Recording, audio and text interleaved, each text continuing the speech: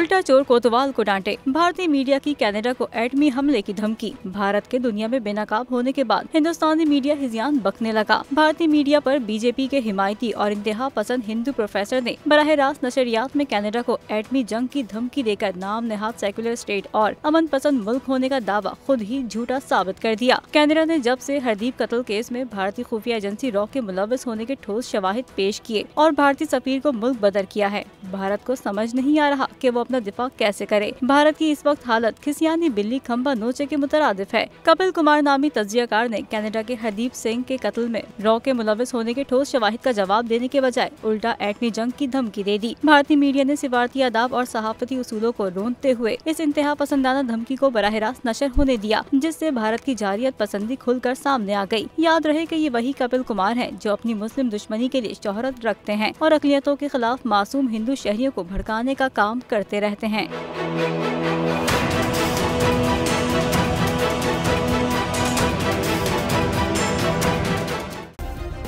Subscribe करें और bell दबाएं ताकि कोई खबर रह न जाए।